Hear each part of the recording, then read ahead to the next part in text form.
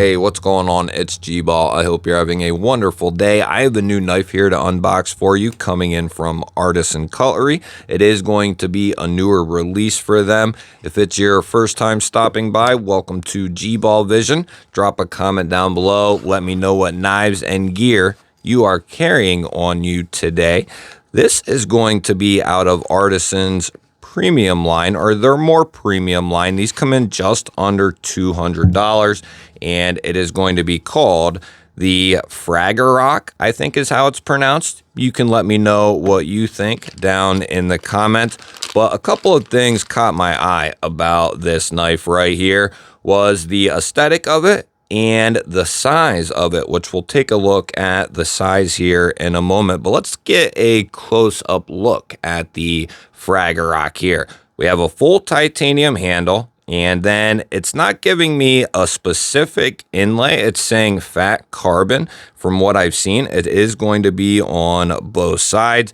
A nice design touch here with the inlay covering that lock bar. That looks really clean. That'll help lefties and righties for deployment. We have a large cutout here, and let's kick that blade open. We have a beautiful drop point here, and that cutout works well. We are looking at S90V for the blade steel. Artisan runs their S90V 60 to 62 on the hardness, which is phenomenal. It's been tested thoroughly by a lot of people out there, and it is good stuff. S90V is a great steel, and Artisan does it justice. Artisan CJRB do it justice, and it is a great choice. You can pick up S90V from Artisan and CJRB as low as like $80, I want to say, on some of their Pyrite Light models. So that is insane, in my opinion. I like this little touch here too, how the clip kind of expands as it goes out to the tip there. It is going to be right hand carry only. And then we have open construction here with a single standoff 50-50 area, so you can choke up behind that edge. It is a good size. That's definitely a 3 3/4 inch blade, or very close to that. Let's get a quick measurement here, see what we're looking at. Yeah, 8.5 all day. We got 3.5 of cutting edge, and then 3 3/4 inches of total blade, or relatively close. I would have loved to have seen a 3/4 length backspacer in here. I think there would be room to have it, even just a skinny guy there. I think that would have cleaned up the aesthetic, and that would also help ergonomically as well. I mean, it doesn't hurt to have a backspacer. That's just my opinion, of course. Some comparison knives out. We have the Kizer Drop Bear and the Spyderco Para 3. And we have the brand new CJRB Gobi with the glow-in-the-dark scales. Not a new model, but a new version. And then we have the Vastid Raccoon version 2. And two more. We have the Tenable Entity up top there, and the Kershaw Bare Knuckle. And look at that. Two nice, tall, broad handle and blade combinations there with the Entity and the Fragerock. This knife is almost right straight up my alley. Had this had a backspacer in here, the design, I really like the design. I like it either way. I'm just saying, we're talking about minuscule micro points, right? But I gotta count them. But I still like it. We're gonna have a nice little quarter inch there poking out of the pocket or so, which is nice. It'll look clean, and you have a good bit there to grab a hold of to pull it out of the pocket. Very good. I would have liked to have seen the option for a lefty carry, have a black matching filler tab, and that way it would please lefties and keep that clean aesthetic. We'll get the arch nemesis off the shelf here, and we'll give the Fragerock a weight check. Now, I like to guess the weight of the new knives that come into the channel. We have a little game going here, and I always invite you to play along. You put your guess down in the comments. Let me know what you think this knife is going to weigh in at. Put it down in the comments. Don't wait. Don't wait till after I'm done. Put it in there now, even if you already have a couple of comments down there, which you should, and made sure you hit the thumbs up as well, right? I'm going to give it a go here. I'm going to say no internal milling either.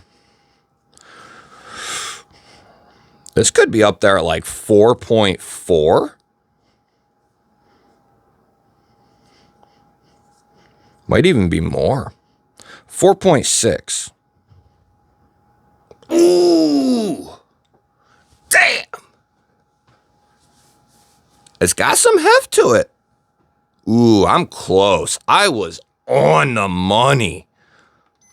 136 G's. Let's go ahead and we'll get a couple of checks here on the handle and blade. We have a 0.49 there, so a decent, I would say average, maybe a little thicker than average, 12.5. It's a nice tall handle though as well, and it has some thickness to it, so if you have a little bit larger hand, it will certainly be a lot better than 90% of the knives that come out these days. 3.1 millimeters and 125 thousandths on the blade stock. It's nice and tall, so it should come down really thin. Try to get a good measurement and hold here. Yes, very good. 17 thousandths-ish.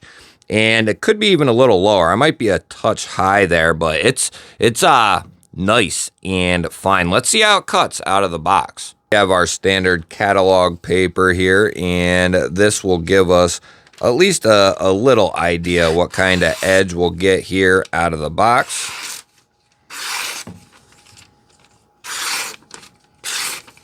Nice tall blade. That thing will get razor sharp, guys. That tall S90V, and then it will cut forever. Has a pretty good edge on it, I would say. Man, nice and tall, though. Look how tall that is. Brought the cutout up above the blade here almost, right? To give it its nice height here. That is a cool...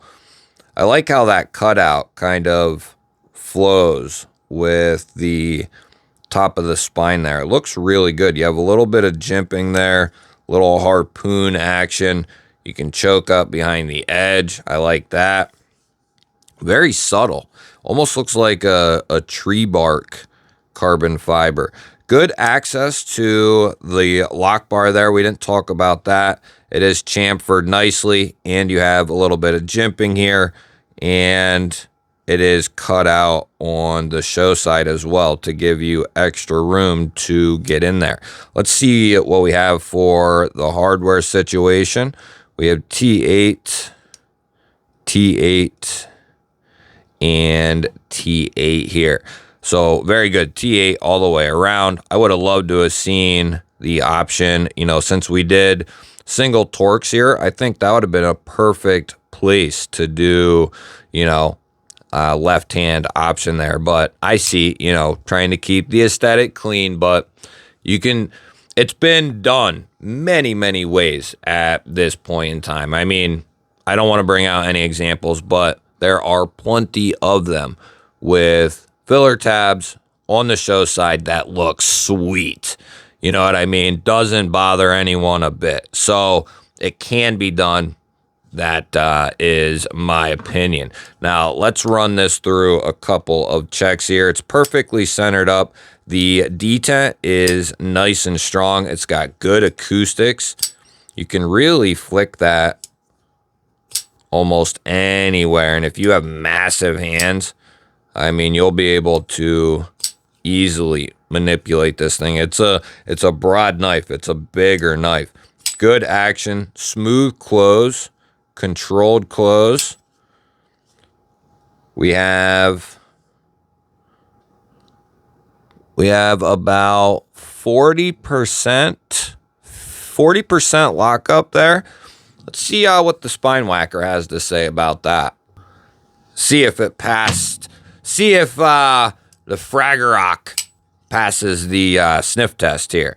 So we got no movement up or down. and none side to side.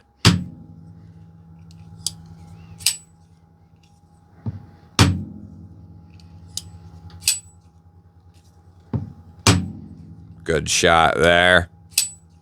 Sounds good. Double tap. There we go. Sounds good. We're not trying to see if we can hammer a nail into a tree or anything like that. We're just making sure we have a good positive lockup in case you were to inadvertently hit the knife on something while you're using it. It does happen. You'll have to let me know. What do you think of the Fragorock here? Is this your cup of tea?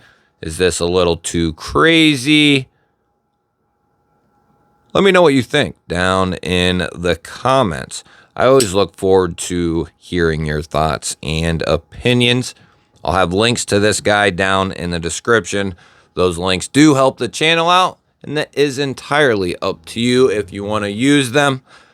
Hit that thumbs up for me, and to see more daily knife and EDC content, make sure you're subscribed here to the channel. I'll pop up a couple of new videos on your screen. Go check one of them out. Have yourself an awesome day. Thank you for watching. I will catch you on the next one.